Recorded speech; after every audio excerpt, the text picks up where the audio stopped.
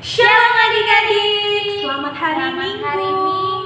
Apa kabarnya nih adik-adik semua? Berharap adik-adik sehat ya. Pastinya dong. Kalau Kak Talita apa kabar nih? Kabar aku sehat kok Kak Puji Kesya. Tuhan. Kak Kesya gimana?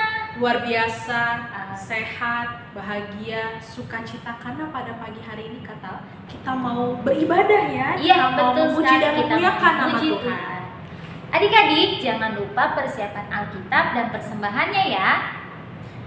Oke, untuk memulai ibadah pada pagi hari ini, kita mau bernyanyi Kami Puji dengan Riang.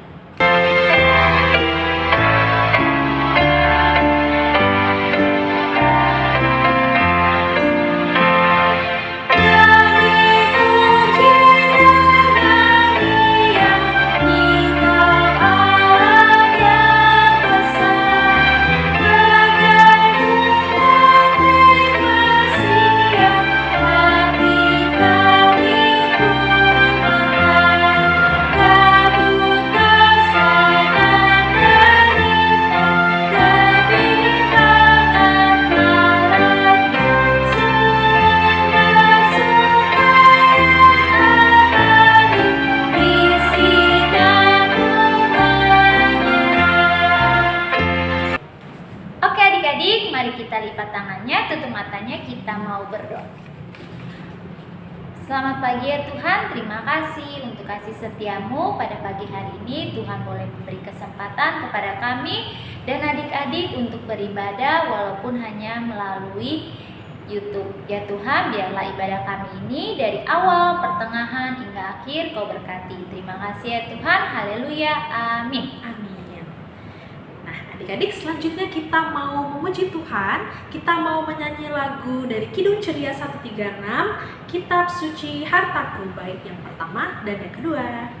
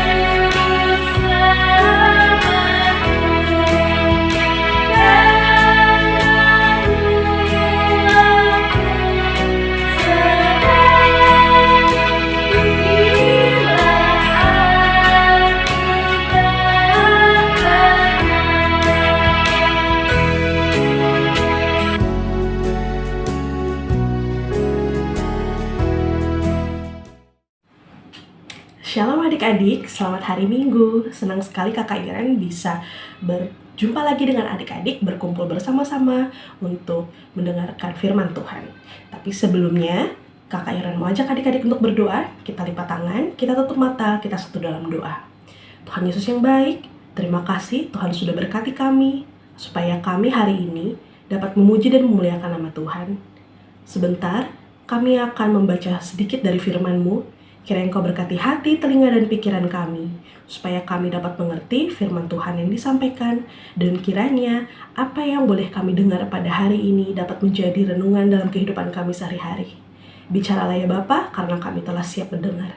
Dalam nama Tuhan Yesus, kami sudah berdoa dan mengucap syukur. Amin. Nah, adik-adik, pada hari Minggu ini kita akan membaca dari kitab Korintus.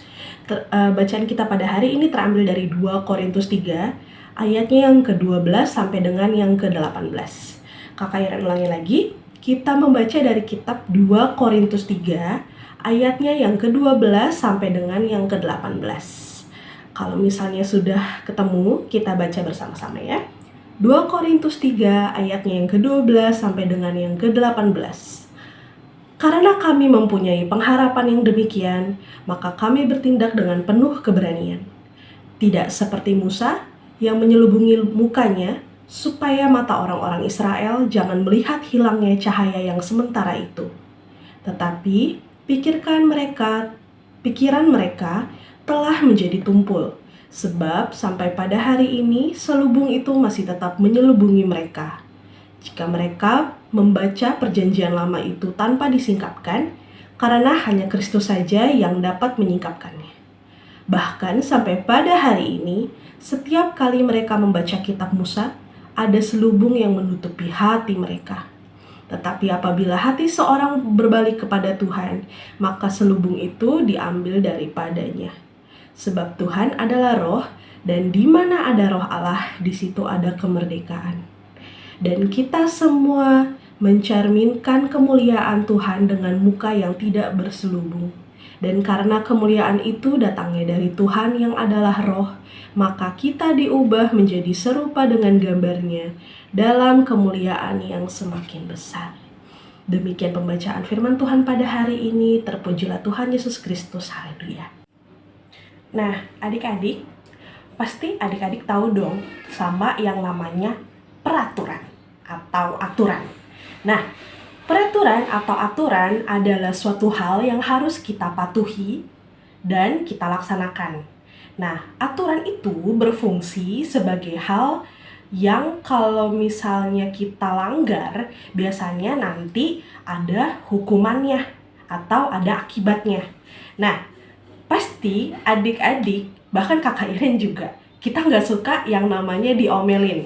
Misalnya contoh, mama atau papa menyuruh adik-adik untuk mengerjakan PR. Kalau nggak dikerjakan, biasanya apa nanti kita diomelin ya. Nah, pasti kita sebel dong, kita nggak suka diomelin. Nah, adik-adik juga pasti kadang kesel, tapi juga takut kalau diomelin. Sebetulnya adik-adik, kita nggak perlu takut atau kita nggak perlu ngerasa jengkel untuk melaksanakan peraturan tersebut. Karena kita harus memahami kenapa sih kita harus ngerjain PR. Nah, kita harus memahami peraturan yang harus kita laksanakan karena kita harus tahu akibatnya apa. Misalnya contoh, tadi kan bilangnya kita harus ngerjain PR. Kalau nggak dikerjain PR-nya, nanti mama atau papa bisa marah sama kita. Nah, coba kita pikir lagi. Kenapa sih kita harus ngerjain PR?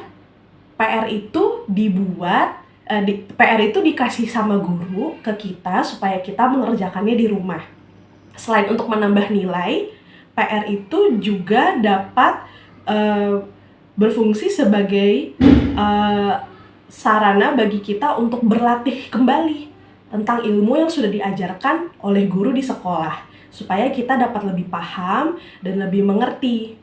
Nah, itu adalah fungsi dari PR. Nah, kalau misalnya adik-adik udah tahu fungsinya, berarti adik-adik harusnya apa? Mengerjakannya ya, supaya apa? Karena supaya melatih diri adik-adik, melatih pengetahuan adik-adik supaya menjadi lebih baik.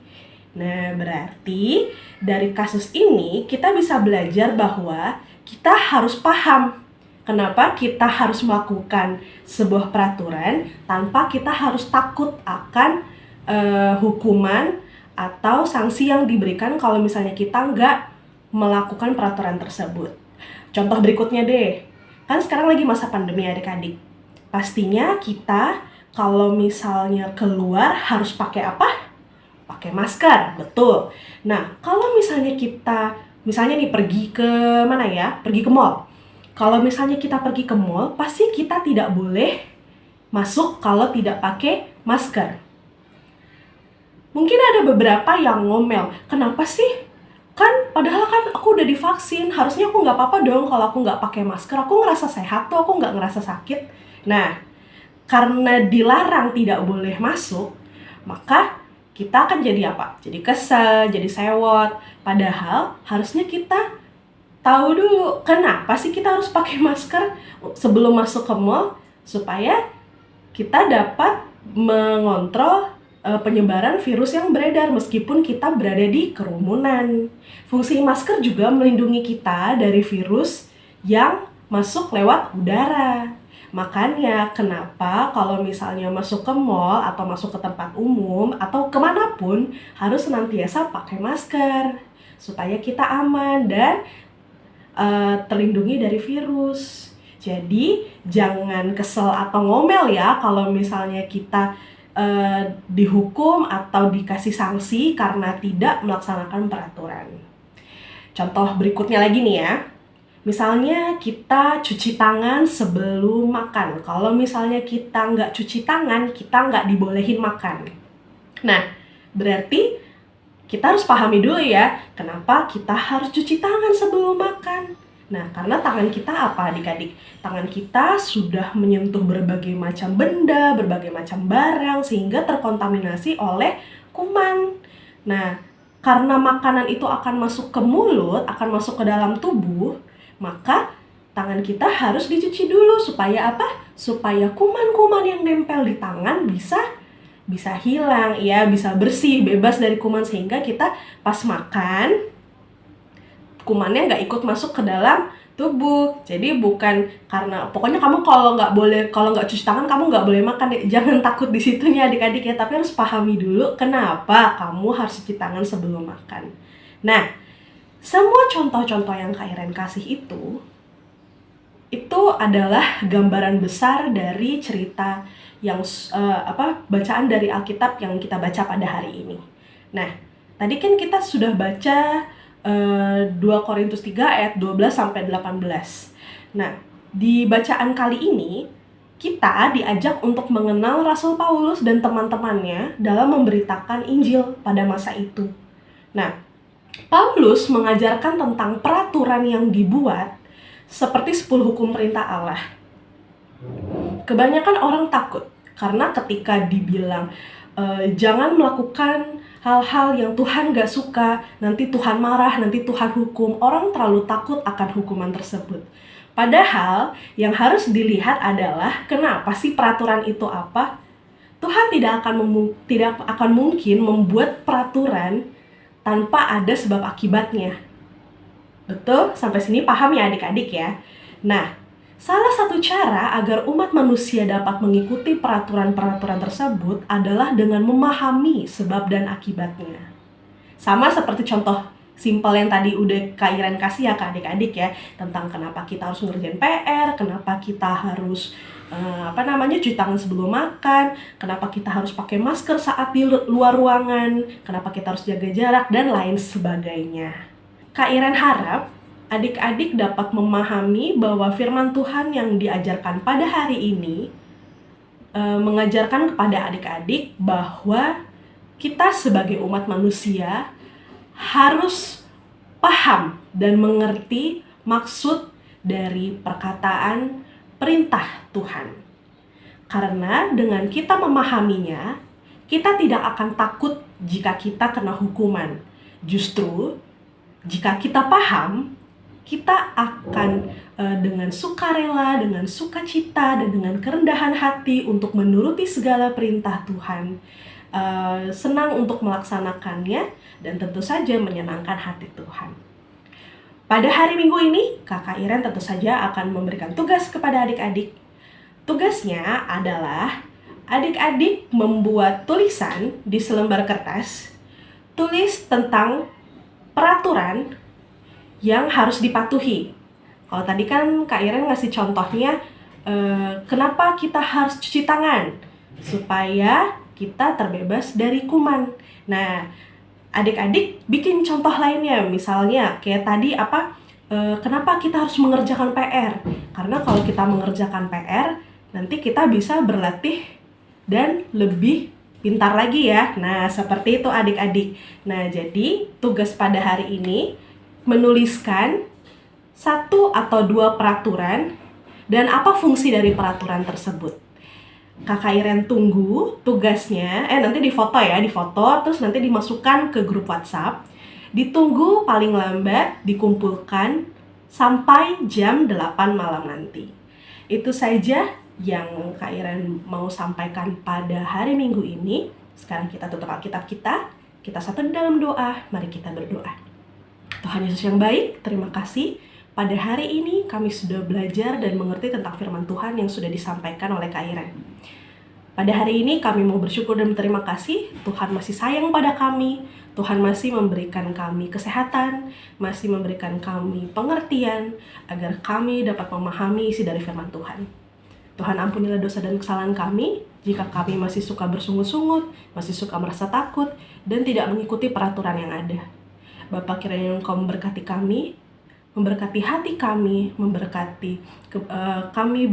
kami kebijaksanaan, supaya kami boleh dapat mengerti apa maksud dari peraturan yang harus kami patuhi. Terima kasih ya Tuhan, dalam nama Tuhan Yesus kami sudah berdoa dan mengucap syukur. Amin. Nah, sekian pemberitaan firman Tuhan yang boleh Kakak Iren sampaikan di hari Minggu ini. Kiranya firman Tuhan yang sudah disampaikan dapat menjadi renungan dalam kehidupan kita sehari-hari. Happy Sunday, God bless you. Nah adik-adik, tadi sudah dengar firman Tuhan yang disampaikan oleh Kak Iren kan? Semoga menjadi berkat untuk di kehidupan adik-adik ya. Untuk merespon firman Tuhan, mari kita menyanyikan Kami Sebagai Anak-anak.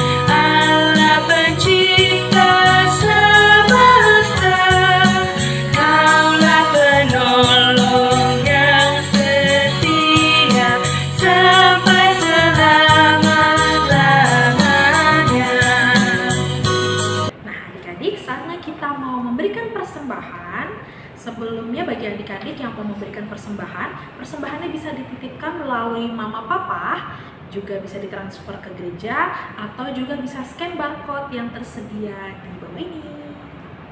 Nah, seperti ada tertulis dalam kitab Amsal pasal 3 ayat 9 sampai 10 yang berbunyi, "Muliakanlah Tuhan dengan hartamu dan dengan hasil pertama dari segala penghasilanmu, maka lumbung-lumbungmu akan diisi penuh sampai melimpah-limpah. Dan bejana pemerahmu akan meluap dengan air buah anggurnya." Sambil memberikan persembahan, kita mau menyanyikan lagu Beri Padanya.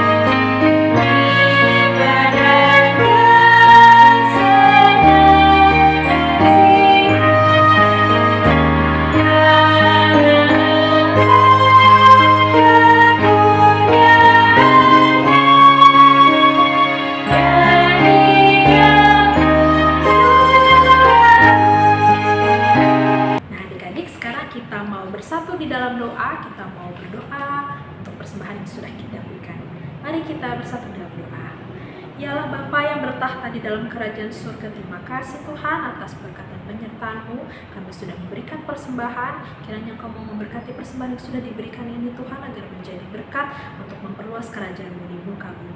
Inilah doa kami telah berdoa dan mengucap syukur. Haleluya, amin. Amin. Nah Kak Talita, sekarang kita mau mendengarkan Warta Pokat. Ya, adik-adik jangan lupa di minggu depan ada ibadah apa Kak? Ibadah temu kangen. Ya betul, di minggu depan ada ibadah temu kangen. Untuk link Zoom-nya akan diberitahu melalui WA grup ya adik-adik. Jadi tunggu ya adik-adik pengumuman selanjutnya. Nah, selanjutnya kita mau memuji Tuhan, kita mau menyanyi lagu Yesus Pimpinlah.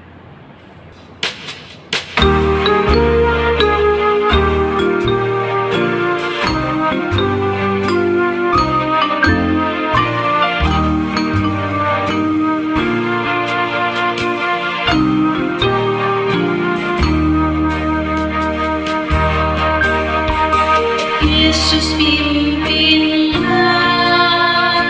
kami selamanya, hanya Dikau kami ikut di sepanjang jalan hidup untuk rumah-Mu, masuk rumah-Mu.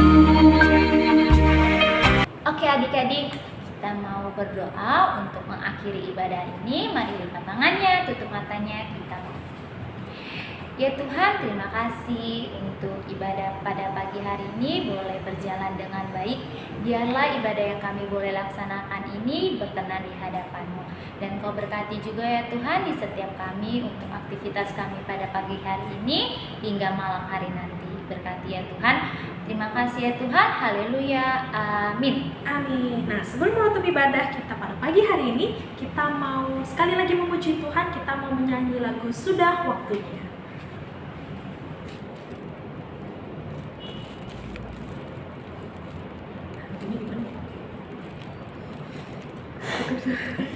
Ayo, oke.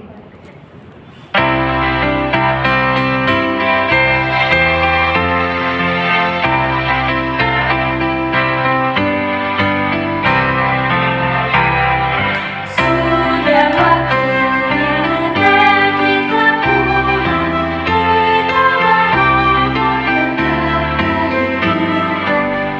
Kiranya Tuhan beserta dengannya, siang dan malam kasih